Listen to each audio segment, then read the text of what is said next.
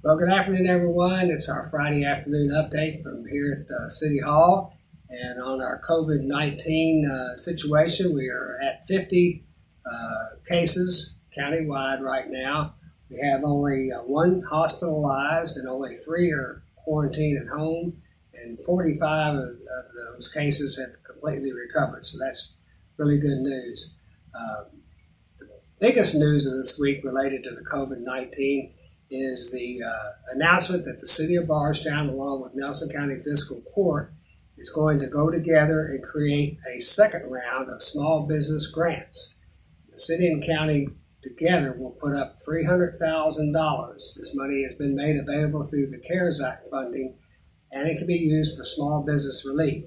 So that application process is now on the city website, so anybody who has a small business located within the Nelson County's entire limits can apply.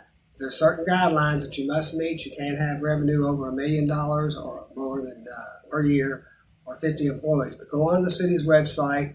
You can download the application now. We're going to formally start accepting them on Monday. And the website will also tell you when we plan to start releasing those funds, which will be later in July. So that's really, really good news. And if you add that $300,000 to what we've already done with the task force and the city and county collectively, that comes to a total of $530,000, counting $100,000 that we raised privately. $530,000 of COVID relief monies that have gone back into this county, over $500,000. So it's a wonderful effort on the part of many people to try to make a difference on the impact of COVID-19. On top of that, our local distilleries, particularly Jim Beam, Heaven Hill, and Barton, have contributed over $100,000 in sanitizers to first responders, and also many local businesses have been recipients of that contribution from our local distilleries. So that takes that number now to over $600,000 COVID relief efforts here in Bardstown and Nelson County. So it's a wonderful effort, something we're very proud of, but also something we hope is going to make a difference as everybody tries to get back on their feet after this pandemic gets more under control. Our fiscal year budget for this fiscal year 20, we'll be doing an amendment on that.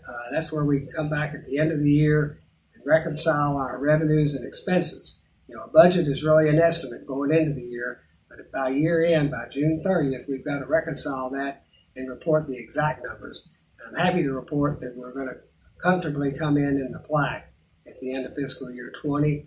Again, part of that's the responsibility of these CARE Act funds that we got that has helped us in a lot of ways as we lost out on a lot of tax revenue in this last quarter. And finally, we're going to do the second reading of our fiscal year 21 budget. I'm happy to say that we're going to be able to adequately fund all the services and needs and public safety that we have to do for our local residents and businesses. And we're in good shape, I think, going into that. And last but not least, recycling is now open at the Guthrie Opportunity Center on Nutter Drive. We're now accepting recycling. So if you've been holding out and saving on recycling until we can get it open, the Guthrie Opportunity Center opened that this week. So that's great news to finish the week. Have a great weekend. Enjoy yourself and be safe. Thank you.